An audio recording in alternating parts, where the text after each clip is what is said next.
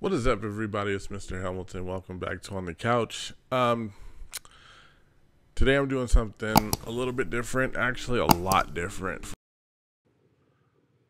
I'm going to give you a glimpse into some personal things in my life that I've been dealing with for the past year, and health issues that turned into mental health issues, depression, anxiety, stuff like that.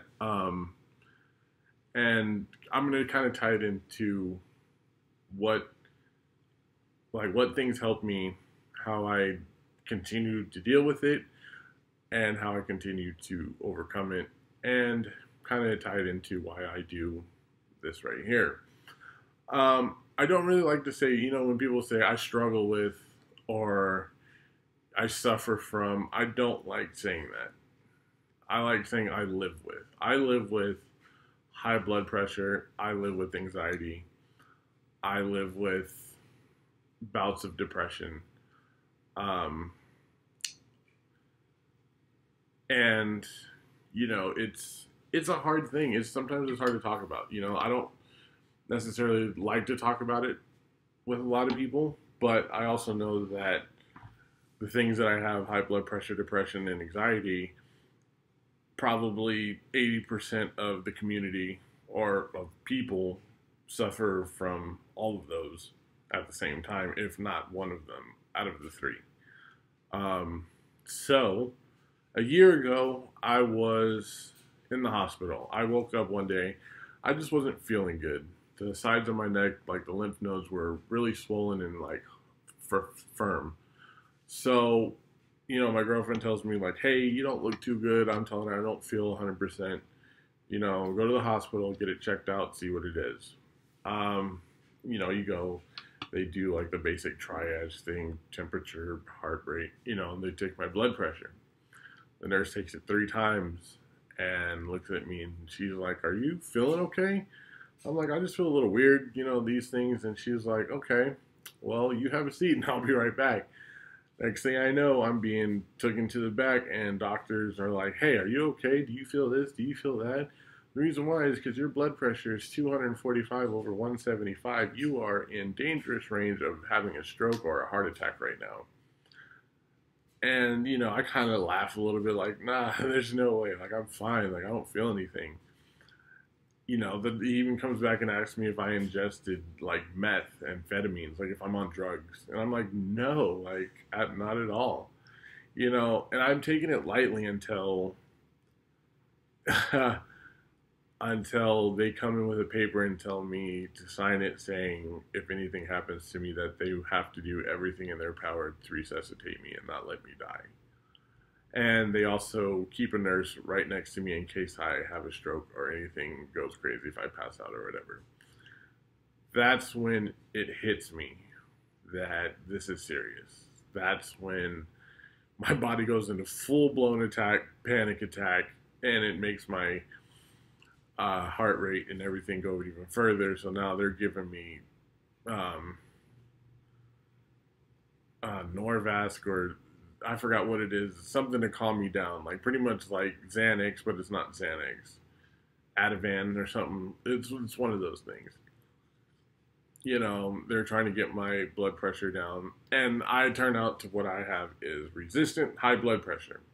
My body does not react well to medicine. Most people who have high blood pressure like that, they get given 1 or 2 pills, and it'll come down like that. Me, no. I had to get put into the ICU with medicine.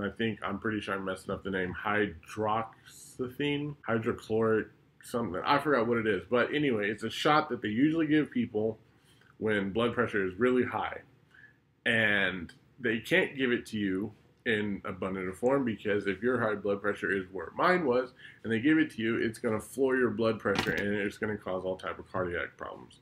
So I have to get moved into the ICU overnight, and they put me on a drip that will slowly bring my high blood pressure down.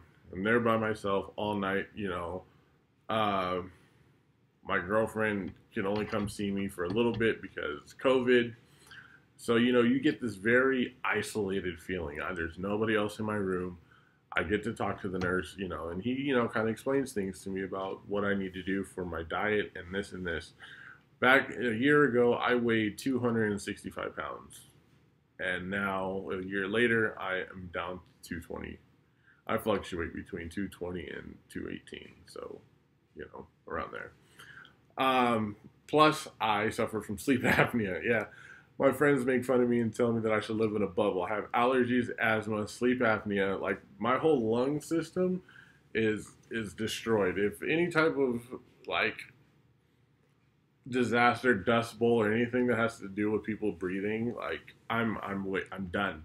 Which, thank God, I've caught COVID and not been, you know, affected to where I needed to had to go to the hospital and be put on like a whole breathing machine, you know. So that's glory to be to God for that, because it could definitely affect me. But so kind of fast forward a little bit, I get hospitalized twice in 1 month. First because of the initial, second because lo and behold, the medicine that they gave me wasn't working and my blood pressure was up again. So I went back and it took them 3 days to figure out the medications that they needed to give me. At that point, I get sent home and I am taking 15 pills a day for my high blood pressure. Maybe in like the next 6 months, I was able to get it down to where now I take maybe 7 a day. And that, you know, the pharmacist doesn't even tell you like, man, if you're taking this many, like your high blood pressure is like out of control. I've drastically changed my diet, more or less sodium, more cooking at home, cut out so much fast food. Taco Bell was my favorite. I haven't had Taco Bell in a year. In over a year, I haven't ate it, and I crave it damn near every day. It's not easy. But so now I'm home. I'm back at home, and this is where things get rough. I'm taking my medicine, and my medicine would wipe me out.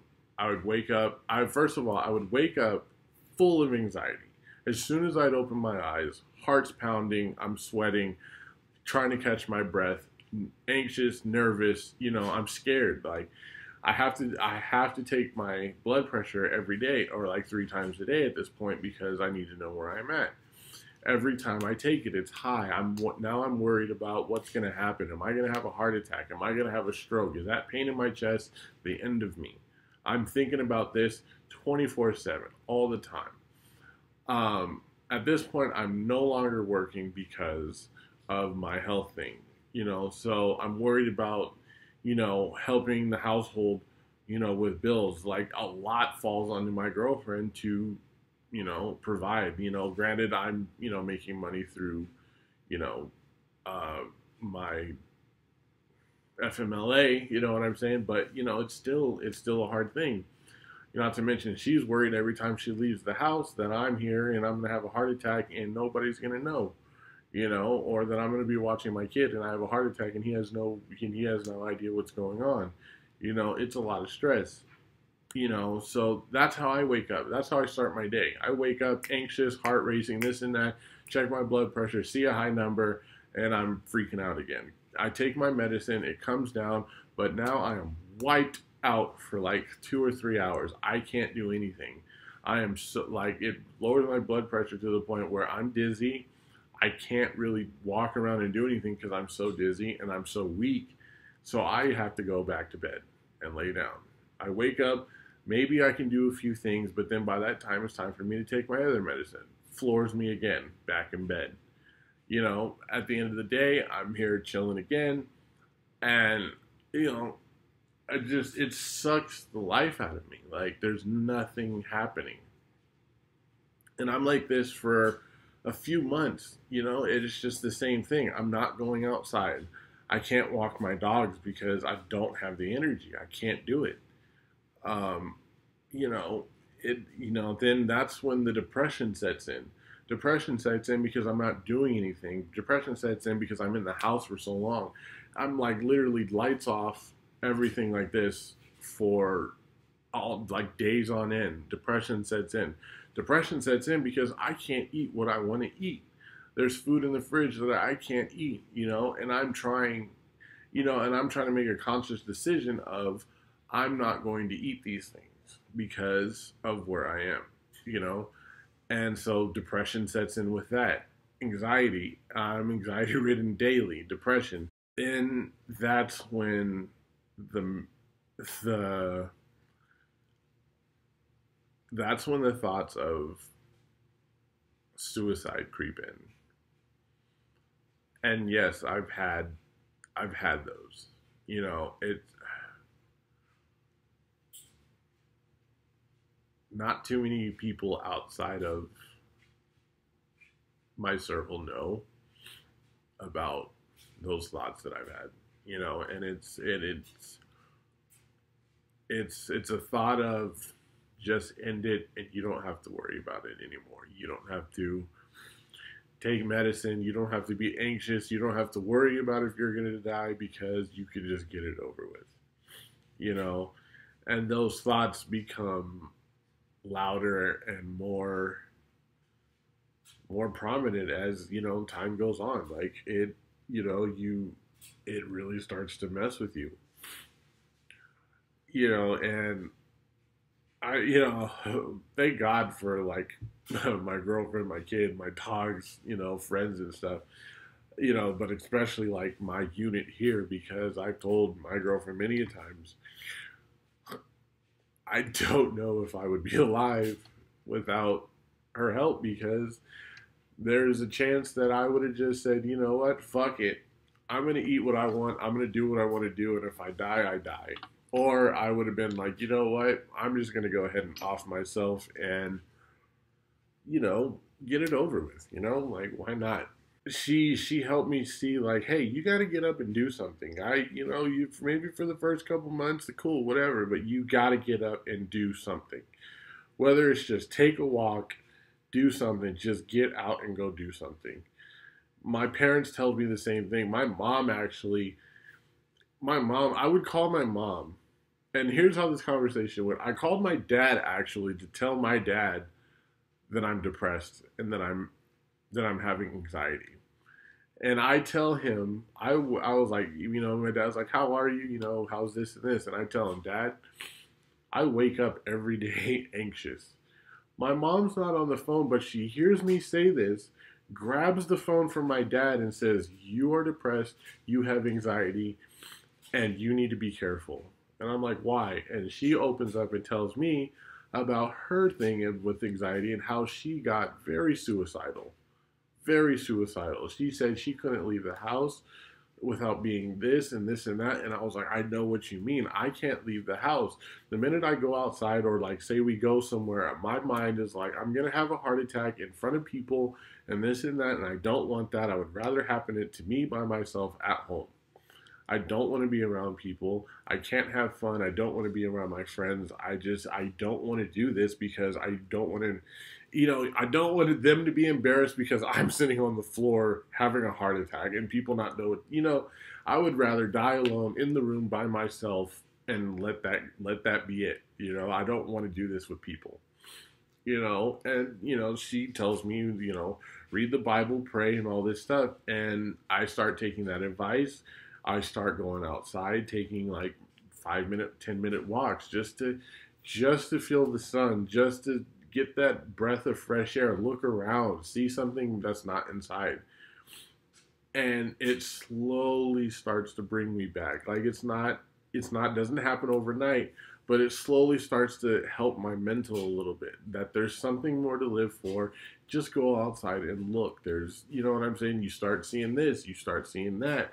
You start listening to calming music, this and that. For me, it was reading the Bible. It was knowing certain things, and, and having a mantra or a Bible verse that I repeated to myself anytime I felt that anxiety. And so, yeah, and it slowly helps you come back. And that's something I definitely want to point out to people.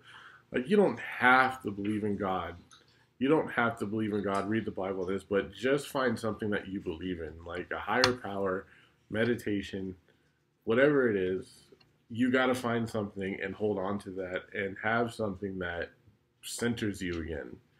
Because anxiety and depression, those two put together, those things are scary. Those things are very hard to deal with. There's one that makes you think bad things are happening when nothing's happening. The other one makes you not want to do anything about those things. And so now you're, you know, the best thing that I've heard anxiety is, I'm worried because I worry. And I know that I ought not to worry, but I am worried because I worry. And that's literally what anxiety is. You worry about something and then you worry about that. And you know not to worry about it, but now you're going to worry about it. And that's anxiety. It's just this vicious circle of worrying about nothing. And you got to realize no amount of anxiety has any outcome, has anything to do with the outcome of anything. No matter how anxious you are, is not going to change the fact of anything that's going to happen. And that's something I had to learn, between that and, being depressed. Being depressed is just, I had to go outside. I had to do stuff. I had to get that out. I had to find joy in things again. I had to literally find something to smile about, find things to be happy about. And people are like, you have your girlfriend, your kid, this and that. And here's the thing is, when you have anxiety and depression, you close yourself off to even the closest people to you because you feel so alone. I read that so many people have high blood pressure, but you know what?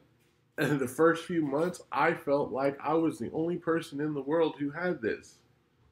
I felt like there was nobody who could possibly understand how I felt. There's nobody to talk to. I have a death sentence. There's a ticking time bomb in my chest that is just going to explode, and I have no idea when it's going to happen. And then I started looking at Facebook groups for high blood pressure. Started realizing this is there's more people out here who are experiencing the exact same thing.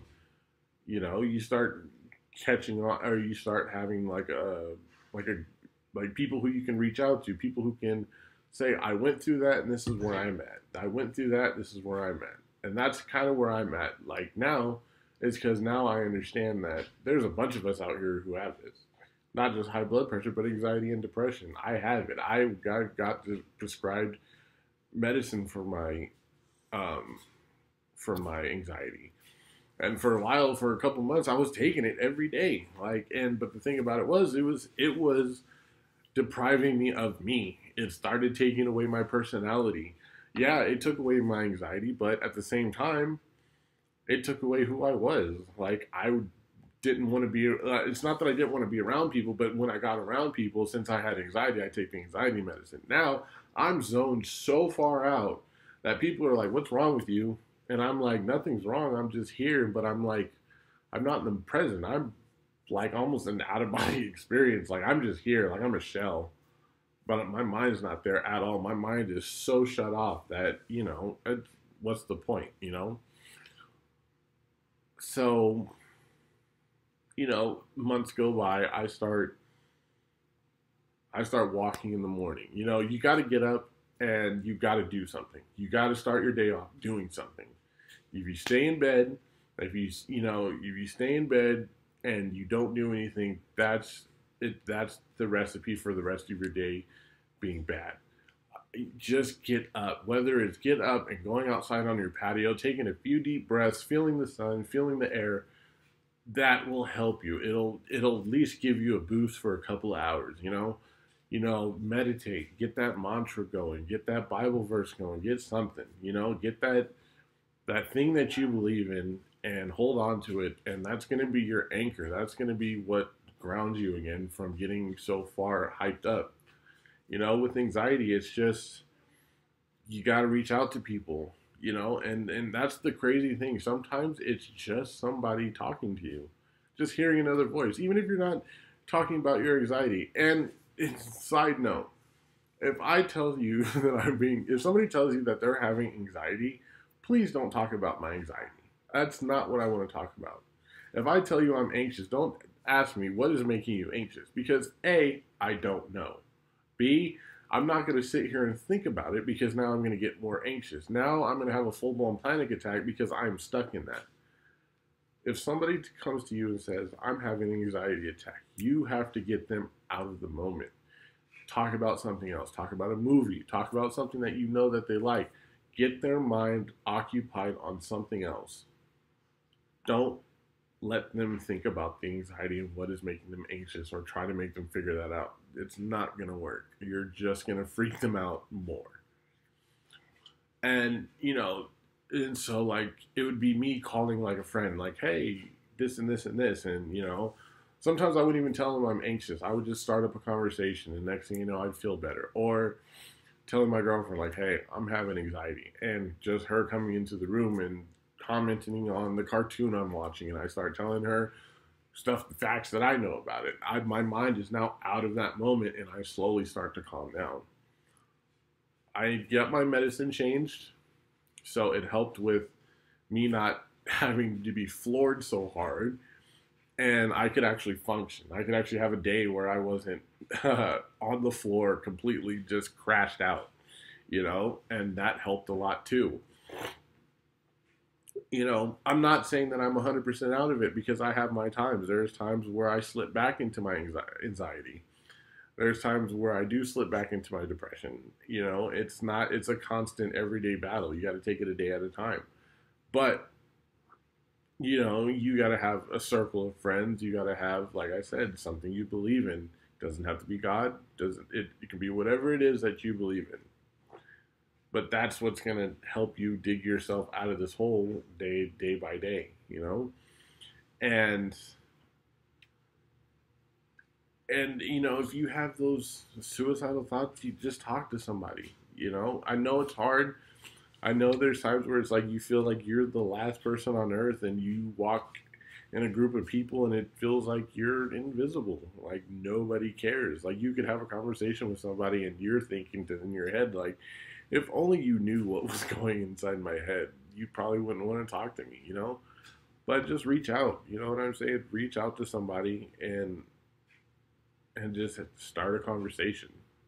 That's the hardest part about it. Call somebody. And sometimes it has to be a complete stranger. There was times that I remember I talked to a complete stranger that I have never met on the phone for maybe 30 minutes.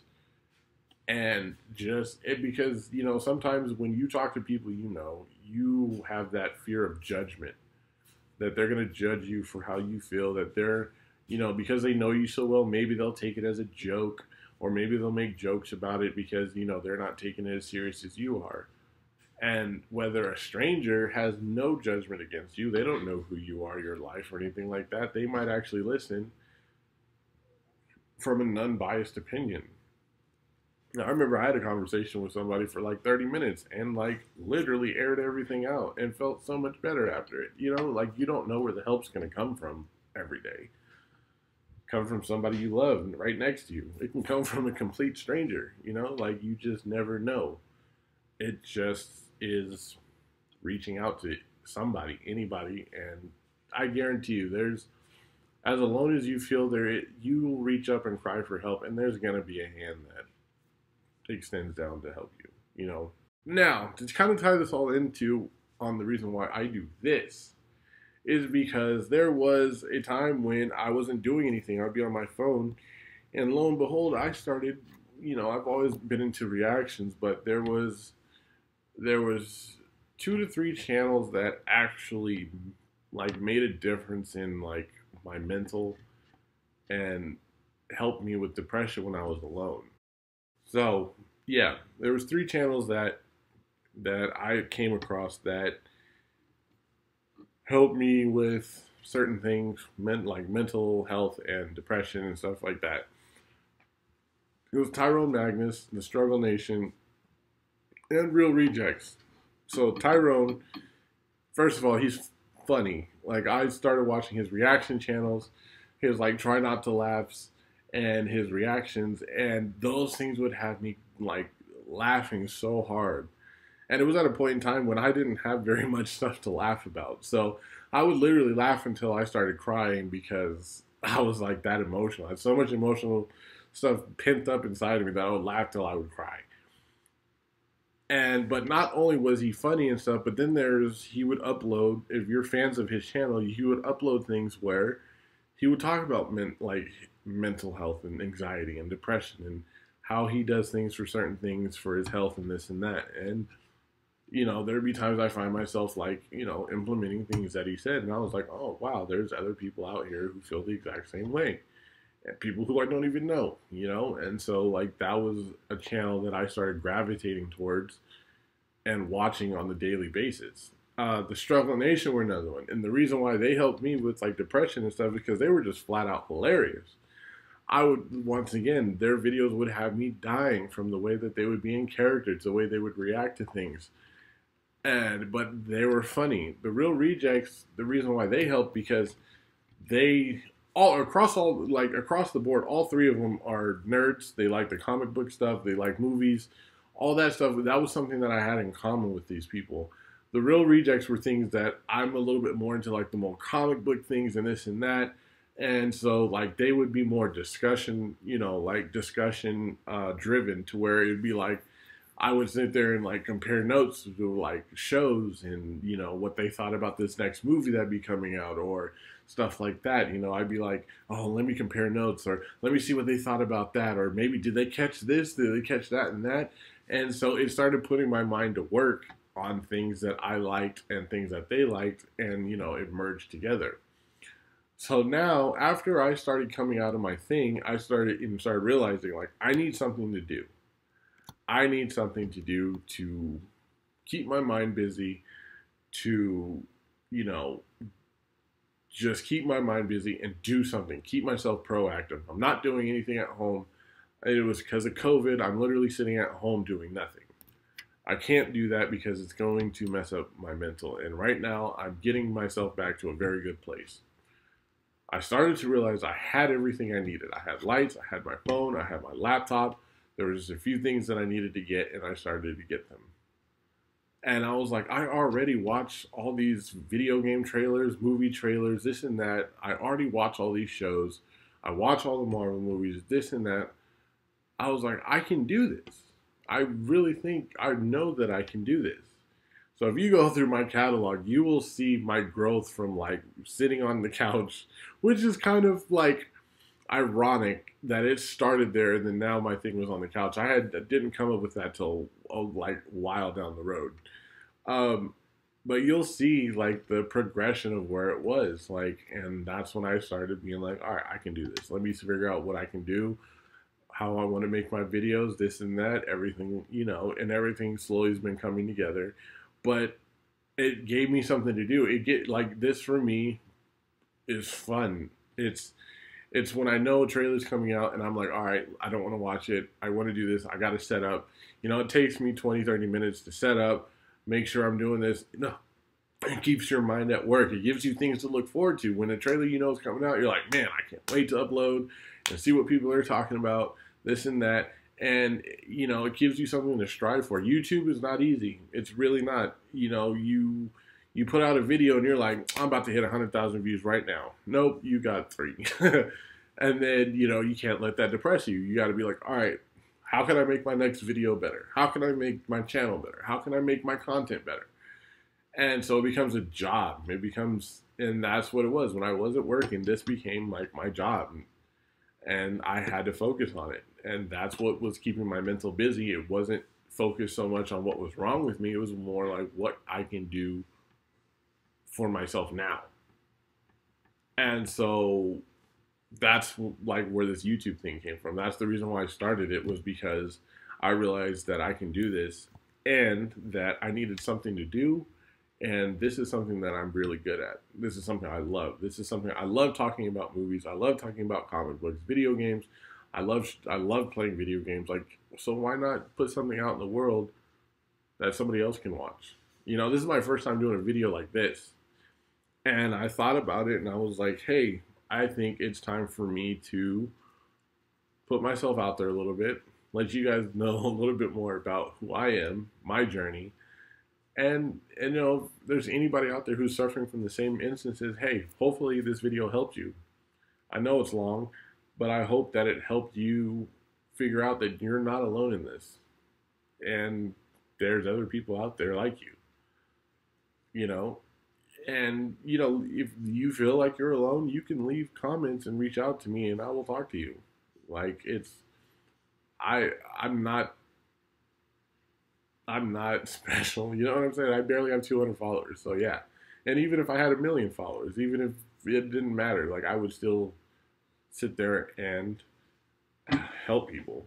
Like, I like doing the stuff in this, and if this is something that you guys want to see more of, I have no problem doing maybe like a weekly or a monthly video where it's like, hey, it's a check-in, see how you guys are doing. This is how I'm doing mentally. How are you guys doing mentally? And because maybe that's something that'll help you. If you look forward to it, it makes you want to kind of keep going. Like if you have something to look forward to the next day, and that's what it was for me. It was uploading a video today and being like, I can't wait to see what this does tomorrow. I can't wait to see what it does in a few days. And you can't think about self-deletion or suicide when you're like, I want to know what happens tomorrow. And that's kind of what, you have to find something that makes you live in the now, but also gives you something to look forward to tomorrow. In the now is me setting this up, recording right now. The tomorrow is seeing what your guys' reaction is, how you guys receive it, how many, that's what makes it. That's how it was for me in the beginning. It was doing something now and having something to look forward to. So now it's like muscle memory. This is something that I do, but I'm also back to work, so that's why I don't upload as much. But like I said, it's not a sprint. It's a marathon. It's how you do every day. You're not gonna. I can't even say cure. It's not something that's going to go away. It may never go away. Maybe it will, but it makes you human. Depression and anxiety, you're a human being. You have these feelings. You have this. Your mind is a very powerful thing. And it just shows you, like anxiety, your mind can literally make you have physical altercations or alterations of your body because you think about something too much. You worry about something happening to where your body actually physically alters itself. You become nervous, palm sweat, you can't breathe, all that stuff happens because your mind makes something feel real. So that's how powerful your mind is. So why not try to train your mind as a muscle to think a certain way and use it for good? You can always, I'm a firm believer of manifestation, which is speaking things into existence. Saying something out loud, saying something to yourself in the mirror is putting that energy out into the world and the universe hears it and takes it and reciprocates it back. Now, that doesn't mean that you can walk into the mirror and say, I want $1 million and expect $1 million to show up. No, you have to put in the work. You do have to put work behind your words. But the fact that you sit there and say, I want to feel better, I will feel better, and I will work to feel better. And now that it's in your head and you've heard yourself say it and your mind's heard yourself say it, now you can put in the work and you can be like, okay, I'm going to go ahead and do this. And the universe reciprocates it back to you as long as you put in the work. I tell myself every day, I'm going to be a successful YouTuber. I'm going to put in the work and it's going to happen. I also say that about me DJing. I say that about just being successful, period, in life, in my relationship, in family, and everything else. I always project positivity.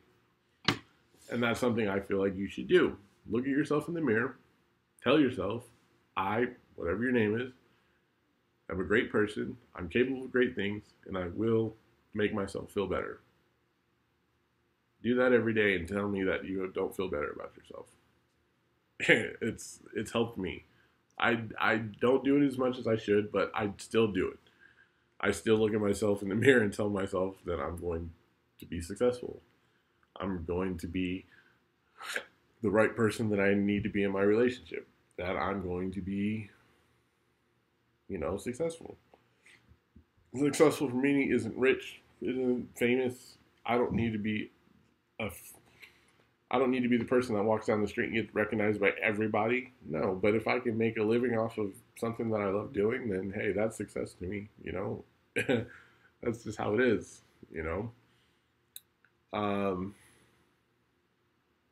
yeah, I don't really know what else to say, but I hope that this video helped somebody. Even if it helps one person, I've done my job, you know. Um, to recap, just if you're somebody who's depressed right now, who has anxiety right now, go outside. Open up the door, take 5 deep breaths. In through your nose, out through your mouth. And just feel that change of that fresh air, of that sunlight, of whatever it is, change your mood almost instantly. Find something that you believe in. Get a mantra, get something that you tell yourself in the mirror every day. Believe in it. Keep it close to you, because it's not saying it when it's easy that counts. It's saying it when it's hard. That's when it counts. Finally, find something you love to do. It doesn't matter what it is.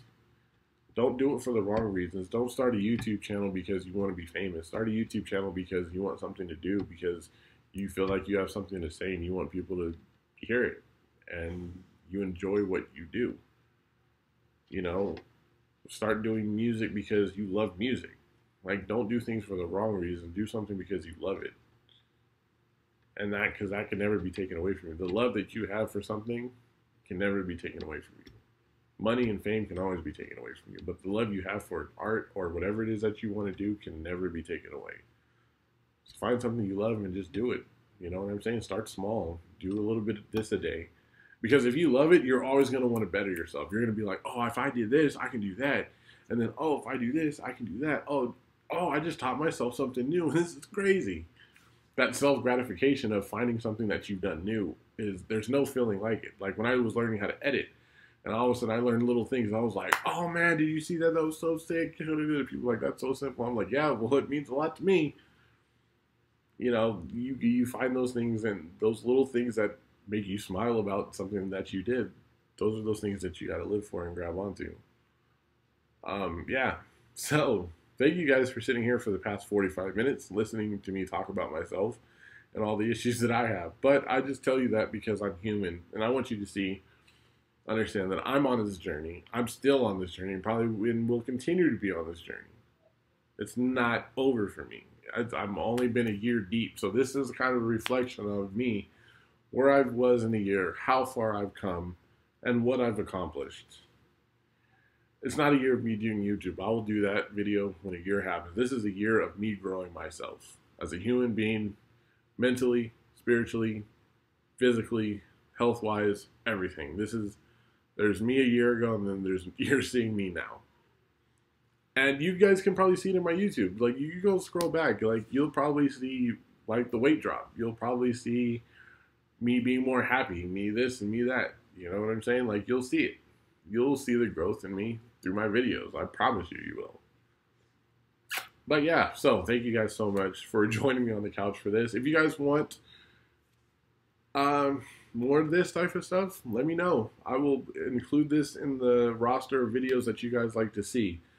Make sure you guys, if you guys want to support, hit the subscribe button, hit the bell, hit the like button. If you think somebody else should hear this message, go ahead and share it with your friends. Thank you guys so much. And once again, I'm Mr. Hamilton. Peace.